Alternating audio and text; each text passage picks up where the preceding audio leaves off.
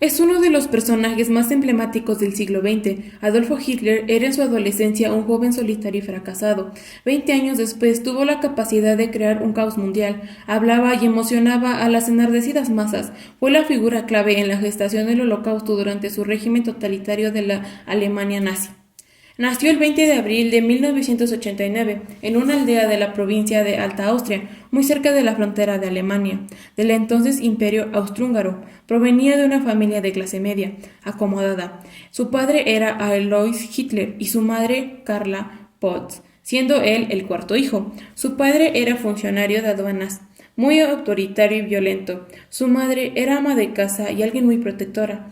Adolfo Hitler era golpeado por su padre frecuentemente, de manera salvaje, hasta por la cosa más mínima. Él confesó: tomé la decisión de no llorar nunca más cuando mi padre me azotaba. Mi madre se escondía detrás de la puerta mientras yo contaba silenciosamente los azotes que mi padre me daba. Esto provocó que su padre se atemorizara y dejara de golpearlo. En su libro Mi lucha, relata que sus malas calificaciones fueron una rebelión en contra de su padre, el cual deseaba que siguiera su ejemplo.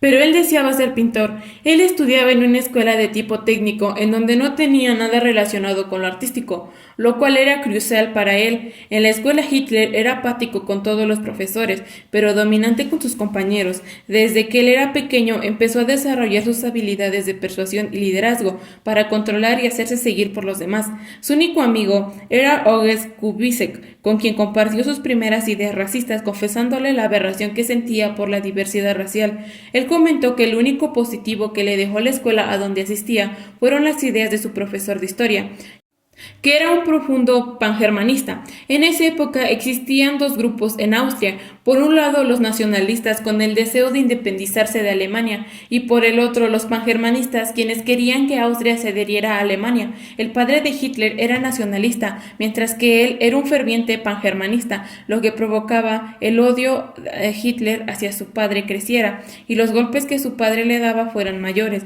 Después de la muerte de su padre, a la edad de 16 años, abandonó su educación secundaria para perseguir su sueño.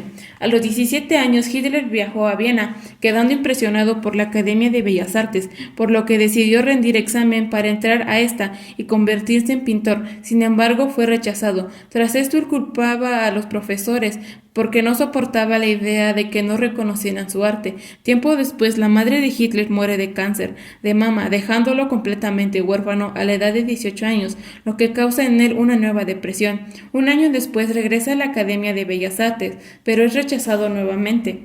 Después se mudó a Viena, donde tuvo hasta 3 trabajos para mantenerse, pero termina siendo desalojado de su pequeño departamento. Sigue sobreviviendo al comer en comedores para indigentes. Su situación económica mejoró al vender sus pinturas a solo unos centavos o intercambiándolas por comida. En Viena fue donde la personalidad de Hitler terminó de desarrollarse, consolidando su antisemitismo. Aunque él ya tenía idea en contra de los judíos, comienza a escuchar discursos y empieza a leer en contra del judaísmo, empieza a recibir aún más ideas antisemitas, porque había un gran problema social entre austriacos y otros grupos que llegaban a la ciudad.